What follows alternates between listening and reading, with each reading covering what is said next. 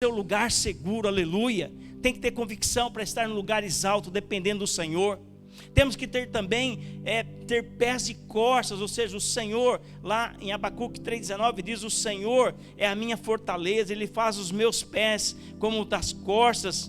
E a corça, irmãos, é veloz, ela tem pés firmes, pés ligeiros, fortes. A corça, ela habita nas montanhas, sabe, pedregosas ali, secas do Oriente Médio.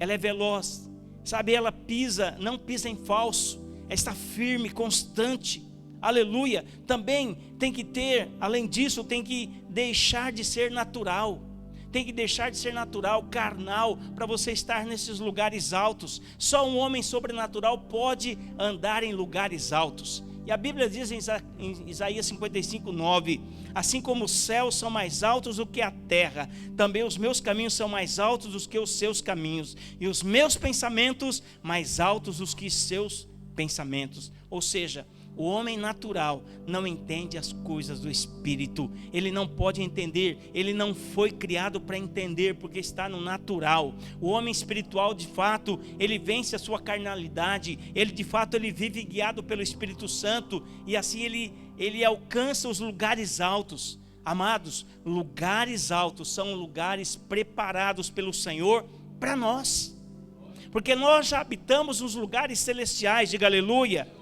Glórias ao Senhor. E quando nós estamos em lugares altos, nós não passamos por aflições, não ficamos em preocupações, ansiosos por coisa alguma, porque nós estamos em lugares altos, protegidos pelo Senhor. Esses lugares altos só são alcançados por nós quando deixamos as dúvidas, os desânimos, os fracassos, as frustrações, os medos, as diferenças de lado e buscamos ao Senhor. Davi enfrentou desertos, ele enfrentou escassez, afronta, ele foi odiado, ele foi traído, porém ele tinha um lugar alto, sabe, um lugar seguro. Esse é o lugar que Deus o chamou para estar, em nome de Jesus. O Senhor deu a Davi pés das corças, como das corças, para que de fato, desculpa aqui, o que está acontecendo? Aleluia. Deus deu a Davi pés como as da corça, para quê? Para que ele pudesse alcançar o lugar alto. E eu declaro hoje que você vai receber em nome de Jesus pés velozes, para que vão te levar a esses lugares altos, com certamente muita consciência, muita convicção daquilo que Deus tem para a sua vida, em nome de Jesus. Diga aleluia. Mas eu quero falar, palavra que eu quero ministrar para você hoje, o tema é homens fortes em tempos de crise. Homens fortes em tempo de crise. O que significa o termo homens fortes? O que significa? Homens fortes, irmãos, são aqueles que, mesmo que ao experimentarem crises, eles permanecem firmes na palavra de Deus. Permanece. Diante do quadro sociopolítico, econômico, permanecemos firmes no Senhor. Irmãos, há 2000 anos a igreja do Senhor tem sido perseguida, mas o Senhor é o Senhor de todas as coisas. Sabe, se você ainda está preocupado com esses últimos acontecimentos, descansa o teu coração. Deus está no controle de tudo. Volte ao normal, volte ao seu normal em nome de Jesus. E aqui em Hebreus capítulo 11, ele descreve aqui uma lista de homens fortes. E esses são chamados de heróis da fé. Homens que permaneceram por causa da convicção, porque eles habitavam em lugares celestiais, lugares altos. Contudo, quase todos esses homens, eles possuíam relatos de falhas. Homens têm falhas, e nas suas biografias mostra a sua falha. Entretanto, nós podemos dizer o quê? Que são homens fortes. Por que são homens fortes? Porque ser forte é permanecer firme na fé. Ser forte é você estar com Deus até o fim, não abre mão, não retrocede. E hoje eu quero falar com você e aprendermos juntos sobre a vida de Gideão. Gideão foi um dos juízes de Israel. Sabe que homens fortes são forjados na crise, é na crise que nós somos forjados. E Deus então ele transforma Gideão, um jovem inseguro, em um homem forte. E qual é o contexto daquela época? Quem são os juízes daquele período? Naquele período, depois de Josué, que foi ali o último líder, e ali então não levantou-se outro líder, então se levantou juízes que estavam ali para julgar o povo. E entre Josué e o rei Saul, então esse período aí foi conduzido por juízes, um período de aproximadamente 320 anos. Então homens e mulheres chamados por Deus para intervir em momentos de crises, de adversidades que caracterizavam o período entre a morte, sabe, e ali de Moisés e até a chegada do rei Saul. Lá em Juízes 5:31 diz assim: e a terra teve paz durante 40 anos. Durante 40 anos. Mas eu quero dizer para você, não se engane, tempo de prosperidade são tempos propensos de nos distanciarmos de Deus. Quando as coisas vão ficando muito folgadas, muito tranquilas, você vai se afastando de Deus. É um perigo. E nós temos que estar atentos. E em Juízes 6:1 diz assim: de novo os israelitas fizeram o que o Senhor reprova, e durante 7 anos ele os entregou nas mãos dos midianitas. Israel, irmãos, assim como nós hoje, sabe, vivia uma crise sociopolítica e econômica. Amados, toda crise está sempre ligada, sabe com o quê? Toda crise está ligada ao distanciamento do homem do seu Criador. Fizeram que o Senhor reprova. E também o texto aqui em Juízes 6, de 3-5 diz assim: sempre que os israelitas faziam as suas plantações, os midianitas, os amalequitas e outros povos da região a leste deles as invadiam, acampavam na terra e destruíam as plantações ao longo de todo o caminho até Gaza, e não deixavam nada vivo em Israel, nem ovelhas, nem gado, nem jumentos. Eles subiam trazendo os seus animais e suas tendas, e vinham como enxames de gafanhotos. Era impossível contar os homens e os seus camelos, invadiam a terra para devastá-la. O verso 1 diz que durante 7 anos os midianitas oprimiam os israelitas. Agora imagine você, sabe, indo ao banco receber ali o seu salário, e ao sair do banco você é roubado, e isso durante 7 anos. Durante 7 anos, imagine isso. Aí era assim que estavam vivendo os israelitas, porque os midianitas são como nossos governantes hoje, sabe, eles destroem todo o sistema político, econômico da nossa nação. Sabe, eles são como gafanhotos que devoram toda a riqueza do nosso país, que pulverizam as empresas privadas, públicas, e como, irmãos, vampiros sugam as nossas riquezas, não deixando nada vivo, sabe, em nossos sistemas.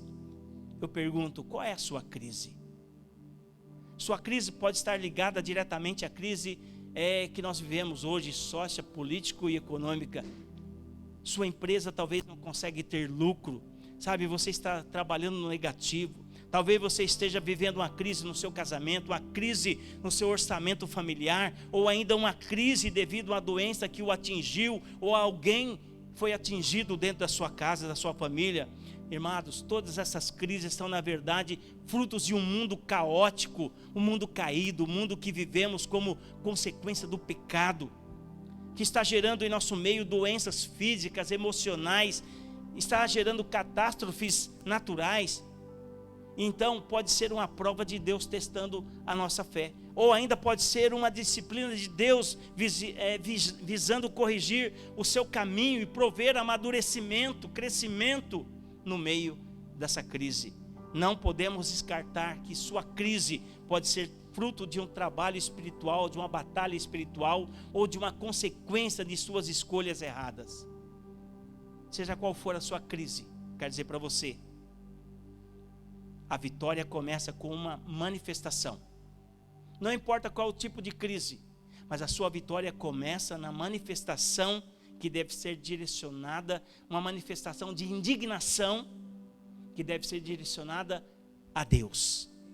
A Deus. Por isso, eu quero falar para você nessa noite algumas características de homens fortes. Primeira, homens fortes reconhecem a necessidade de orar. Diga para o teu vizinho: homens fortes reconhecem a necessidade de orar. Juízes 6:6 diz assim: por causa de Midian, Israel empobreceu tanto que os israelitas clamaram por socorro ao Senhor. O que está mostrando esse texto? Que Israel empobreceu tanto que orou. E isso implica dizer o quê? Que já não oravam mais, que já não buscava mais ao Senhor, que já não estava mais nos lugares altos, desceram para o vale, não permaneceram, pararam de buscar ao Senhor, pararam de orar, porque quando veio o aperto eles começaram a orar, voltaram a orar, confiavam em suas próprias forças e em outros deuses. Naquela época eles estavam prestando culto a Baal, outros deuses. Será que o Brasil, sabe, ainda não empobreceu o suficiente para voltar a buscar a Deus, a orar ao Senhor? Quando o Brasil irá se despertar para orar? Quando você irá se despertar para orar? Estamos carentes de oração nesses dias. Antecedendo aí as eleições, foi todo mundo colocando nas igrejas: vamos orar, vamos interceder, vamos... Bom, mas não deu certo, não foi o que nós esperávamos. Então agora nós temos que orar mais. Se você orou muito para que acontecesse o que você gostaria que tivesse acontecido e não aconteceu, agora você tem que orar mais ainda. É tempo de nós irmos para esses lugares altos, irmãos. Lugar alto, sabe, lugar alto é lugar de oração. Aleluia, glórias ao Senhor. Você está em crise? Ore ao Senhor. A saída é para o alto, é buscar ao Senhor. As pessoas só oram quando reconhecem que não são capazes de fazer nada diante da crise que estão vivendo. Aí passa a orar, aí passa a buscar ao Senhor. Sabe, diante disso nós deveríamos o quê? Orar sempre, porque não temos controle das nossas vidas. Eu não tenho controle sobre a minha vida, é Deus que tem. Então eu tenho que estar constantemente nesses lugares altos, para que ninguém esteja mais alto que eu. Acima de mim apenas o Senhor. Está entendendo? O texto que nós lemos fala que o homem pode estar alto, mas vem outros acima. Então eu tenho que estar no lugar alto no Senhor, para que não tenha mais ninguém acima de mim, só o Senhor. Diga glória a Deus. Segundo lugar, homens fortes dão ouvidos à palavra de Deus. Diga para o teu vizinho: homens fortes dão ouvidos à palavra de Deus. Olha o que diz os versos 7 a 10. Quando os israelitas clamaram ao Senhor por causa de Midian, ele lhes enviou um profeta que disse: assim diz o Senhor, o Deus de Israel: tirei vocês do Egito, da terra da escravidão. Eu os livrei do poder do Egito e das mãos de todos os seus opressores. Expulsei-os e dei a vocês a terra deles. E também disse a vocês: eu sou o Senhor, o seu Deus. Não adorem os deuses dos amorreus, em cuja terra vivem, mas vocês não me deram ouvidos. O profeta é aquele que fala em nome de Deus. É um homem levantado por Deus para corrigir e para dar direção ao povo. E você saiba, nessa noite, você foi chamado para isso. Assim como Deus falou para Moisés ali através de Jetro, o sogro dele: procura dentre o povo homens assim, com essas características. Deus chamou você nesse tempo, para essa geração, sabe, para ter uma palavra de direção, de ânimo, de coragem, para que as pessoas se levantem, não fiquem prostradas. Uma vez que clamamos a Deus, nós reconhecemos de fato que nós necessitamos dele, nós reconhecemos nossos erros, e Deus nos responde e nos aponta o quê? A nova caminhada, uma nova direção. Isaías 43:19 diz: eis que faço coisas novas, as quais não percebeis. E ele diz: eu vou abrir um caminho no ermo, ou seja, eu vou abrir um caminho no deserto, eu vou abrir um caminho onde você nem imagina que possa ser aberto. Deus é o Deus que abre portas. Aleluias, glórias ao Senhor. Sabe, Cristo Jesus, irmãos, é o início de uma nova vida. Aleluia, em Cristo nós podemos ter uma nova vida. Amém. Hebreus 1:8 versículo 1 e 2 diz assim: há muito tempo Deus falou muitas vezes e de várias maneiras aos nossos antepassados por meio dos profetas, mas nesses últimos dias falou-nos por meio do Filho, a quem constituiu herdeiro de todas as coisas e por meio de quem fez o universo. Amados, as palavras de Jesus estão registradas na Bíblia. Então nós precisamos dar ouvido às suas palavras, se nós desejarmos vencer as crises que nós vivenciamos. Se nós darmos ouvidos à palavra do Senhor, permaneceremos em lugares altos, em nome de Jesus. Digam glória a Deus. Terceiro lugar, homens fortes na crise são criativos e persistentes. Diga para o teu vizinho: homens fortes na crise são criativos e persistentes. Juízes capítulo 6, versículo 11 diz assim: Gideão, filho de Joás, estava malhando trigo num tanque de prensar uvas, para escondê-lo dos midianitas. Gideão, irmãos, estava malhando trigo numa prensa de uva. Ele estava usando um instrumento errado ali para colher o trigo. Ele estava escondido para que os midianitas não o roubassem. Ele estava trabalhando em condições inapropriadas para defender o seu trigo. Ou seja, ele estava sendo criativo. Gideão estava sendo criativo dentro das possibilidades que a crise lhe permitia. Quando vem a crise, nós buscamos alternativas. Deus nos dá criatividade para criar situações, para buscar soluções.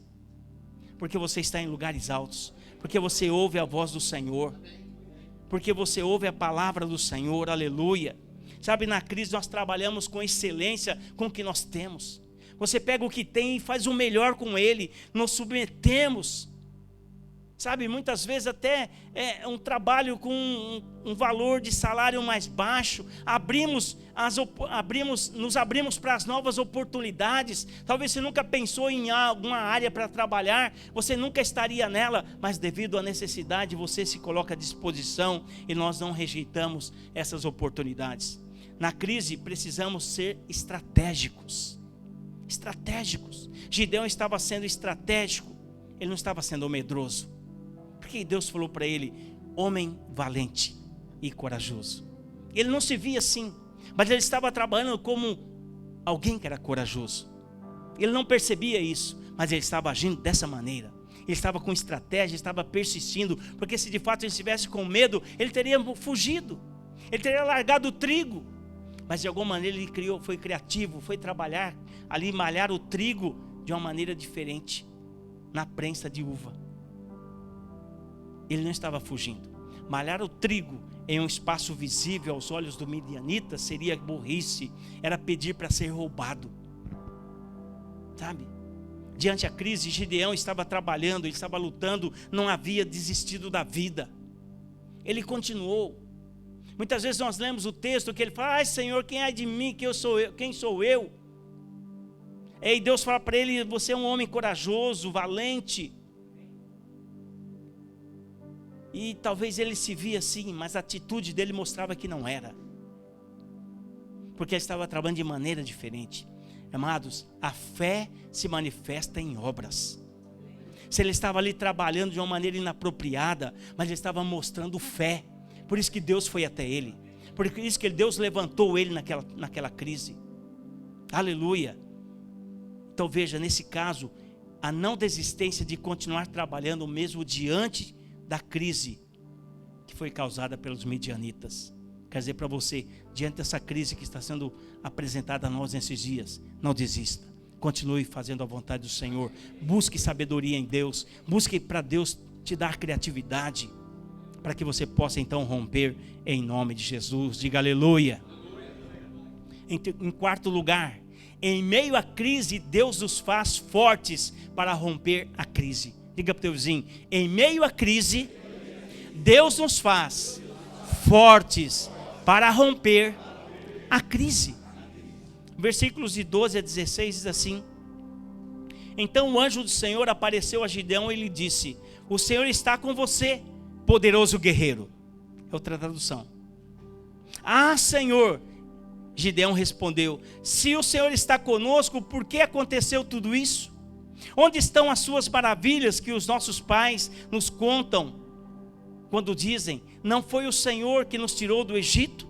Mas agora o Senhor nos abandonou e nos entregou nas mãos de Midian. O Senhor se voltou para ele e disse: com a força que você tem, vá libertar Israel das mãos de Midian. Não sou eu quem está o enviando? Ah, Senhor, respondeu Gideão, como posso libertar Israel? Olha o que ele diz: meu clã, a minha família, é o menos importante de Manassés, e eu sou o menor da minha família. Eu estarei com você, respondeu o Senhor, e você derrotará todos os midianitas como se fossem um só homem. Não sei quantos de vocês viram, mas eu fiquei extremamente irritado. Que saiu a reportagem que agora o governador lá do Rio Grande do Sul, Eduardo Leite, ele é o governador. E o governador, que é homem, que é casado, ele tem a primeira dama. Mas ele tem um homem. Então estavam discutindo como ele seria chamado. O primeiro cavaleiro do Rio Grande do Sul. Eu falei, meu pai do céu. Eu tinha vontade de ir no Rio Grande do Sul, não vou. Enquanto esses 4 anos eu não apareço lá, não. Primeiro cavaleiro, irmãos. Isso não é uma vergonha? Meu pai do céu. Eu fiquei ofendido. Como pode isso? O que virá depois disso? Mas sabe, Deus nos faz forte no meio da crise, para vencer a crise. Deus entra aqui na história, e Deus está na nossa história. Deus está na história da igreja, Ele faz a igreja, aleluia. Deus entra na história e desafia Gideão a confiar nele. Para vencermos a crise, irmãos, nós precisamos confiar em Deus, precisamos pôr em prática a sua palavra, conhecer essa palavra. Quem confia em Deus vive a palavra de Deus. Se você confia em Deus, você pratica e vive a sua palavra. Então você precisa confiar em Deus para vencer a crise, sabe, do seu negócio, do seu casamento, do seu relacionamento com seus filhos, da sua vida financeira.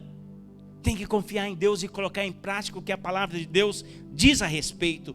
Lembra que nós falamos no início, o homem forte é o que permanece firme na sua fé, isso é, aquele que põe em prática os ensinos de Jesus. Aleluia, esse é o homem forte. Glórias ao Senhor. Amém? E em quinto lugar, homens fortes rompem com a crise, rompendo com os falsos deuses. Diga para o teu vizinho, homens fortes rompem com a crise, rompendo com os falsos deuses. Versículos 25 a 27 diz assim: naquela mesma noite o Senhor lhe disse: separe o segundo novilho do rebanho de seu pai, aquele de 7 anos de idade. Sabe como Deus sabe de tudo? É aquele lá de 7 anos, ele sabe de tudo. Então quando Deus pede alguma coisa para mim, ele sabe o que ele está pedindo. E não adianta falar, não sei, o que é isso? Não adianta não enrolar, não, Deus sabe. Aquele de 7 anos de idade. Despedace o altar de Baal, que pertence a seu pai, e corte o poste sagrado que está ao lado do altar. Depois faça um altar para o Senhor, para o seu Deus, no topo desta elevação.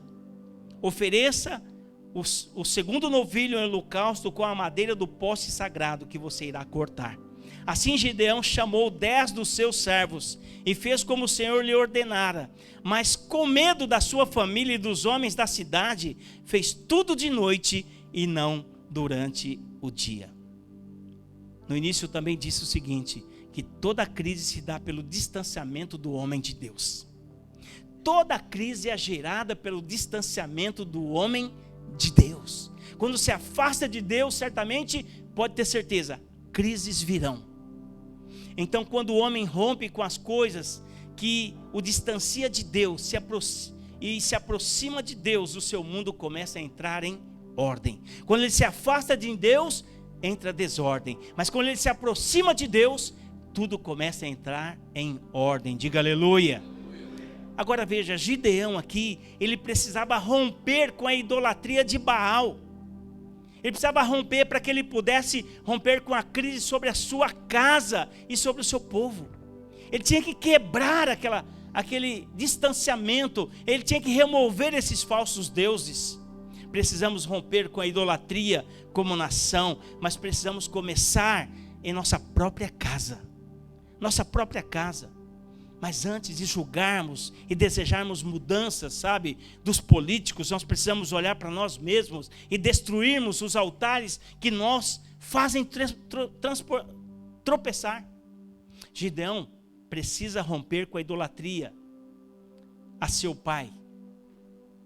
Ele tinha que romper a idolatria com seu pai, ou para com seu pai, para que pudesse romper com a crise da sua própria vida.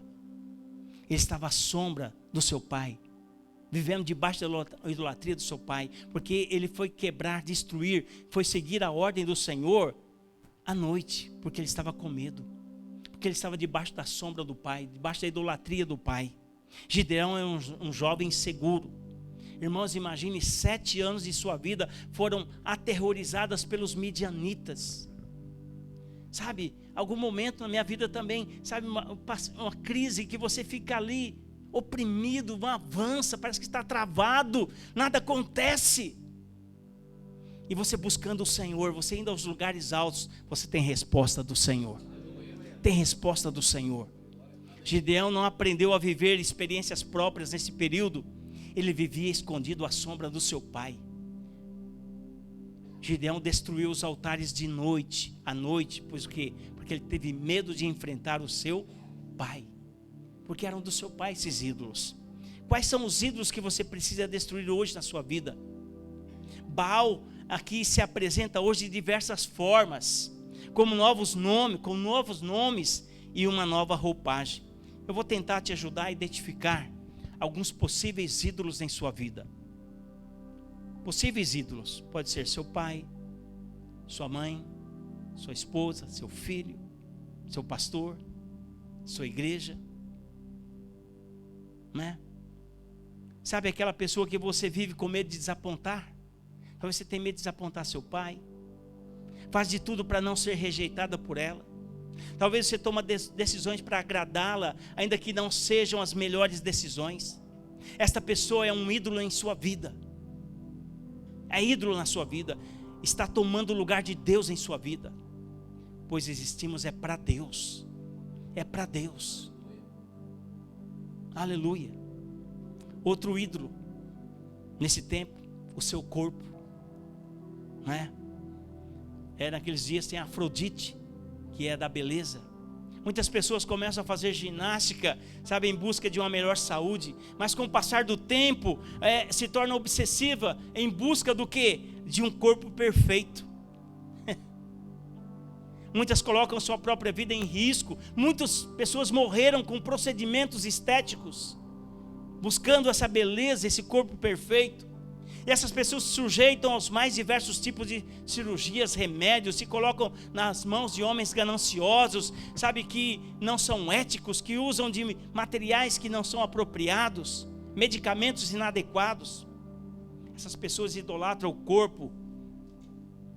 Então veja, Afrodite é uma nova roupagem. Naquele tempo tinha esse nome, hoje é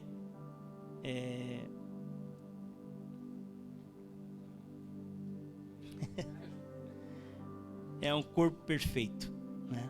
Outra idolatria, o dinheiro, Mamon, que é o Deus da riqueza. Muitos abrem mão da família em busca de uma realização profissional.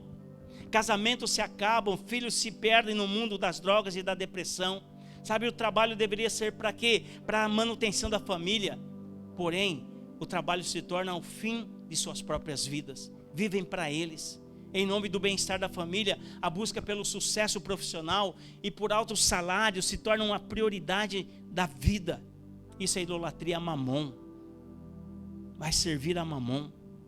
Outras coisas, sacrifício dos filhos. Naqueles tempos era o Moloque. Era um deus também. E haviam rituais de adoração a Moloque. E havia nesses rituais ali atos sexuais e sacrifício de crianças. Essas crianças eram jogadas em uma cavidade, sabe, ali da estátua de Moloque, onde havia fogo que consumia a criança viva. Hoje pais jogam seus filhos no fogo, abandonados nas mãos da escola, da babá e outras coisas. Não que é errado estar na escola, tem que estar. Mas o ensino, de fato, tem que ser feito pelos próprios pais. A escola apenas dá o quê? Informações. Mas princípios somos nós que damos aos filhos. Princípios se aprendem em casa. Aleluias, glórias ao Senhor. Então veja, Moloque é uma forma de adoração, é uma forma de realmente idolatria. Outra coisa, a autoimagem. E hoje existe aquela questão do politicamente correto. Pessoas que realizam ou deixam de realizar algo preocupados tão somente com a sua imagem. Então ficam protegendo a sua imagem, se movem de forma a serem sempre aceitas pelos outros, sem se preocupar com o que Deus pensa de si. A busca por ser amado e o medo da rejeição os fazem prisioneiros da sua própria imagem. Este é um ídolo que precisa ser destruído. Vivemos, irmãos, nós vivemos para a glória de Deus e não para a nossa própria glória. Aleluia. Juízes 8:28 diz assim: assim Midian foi subjugada pelos israelitas e não tornou a erguer a cabeça. Durante a vida de Gideão, a terra desfrutou paz 40 anos. Deus quer que confiemos nele inteiramente. E só podemos confiar nele inteiramente se nós estivermos nos lugares altos, ouvindo e recebendo do próprio Deus. Sabe, ele nos dará a estratégia para vencermos a crise que nós enfrentamos quando nós oramos ao Senhor. Nós buscamos ao Senhor, quando nós damos ouvidos às suas palavras e quando nós rompemos com os falsos deuses que governam este mundo tenebroso. Gideão, irmãos, se tornou um grande líder porque ele aprendeu a confiar em Deus e não na sua alma insegura. Ele confiou no Senhor. E nós, ao olharmos para nós mesmos, nós percebemos o quanto somos covardes, pequenos, mas quando olhamos para Jesus, nós perceberemos que nele nós somos mais que vencedores em Cristo, que nele nós podemos todas as coisas, que nele as crises se tornarão possibilidades de reencontros, de cura, de um relacionamento profundo, sabe, com Deus. Quando nós de fato vamos a lugares altos, Deus nos torna homens fortes para vencermos as crises. Deus nos chamou nesse tempo, para essa geração, porque Ele quer levantar homens que sejam fiéis a Ele, que confiam nele, que buscam os lugares altos, em nome de Jesus. Esse é o tempo, em nome de Jesus, de sermos influenciadores, como a oração de Jabez. Ó Deus, tomara que nos abençoe, que alargue os nossos limites, as nossas fronteiras, que aumente a nossa influência e que nos livre de todo mal. Essa é a oração que nós temos que fazer todos os dias. Senhor, tomara que me abençoe nesse dia, que hoje eu venha aumentar a minha influência, a minha maneira de avançar, de conquistar, permanecendo nos lugares altos. Deus te chamou para esse lugar, não desça, permaneça lá, em nome de Jesus. Amém? Glória a Deus. Quero convidar você a fechar seus olhos onde você está, em nome de Jesus.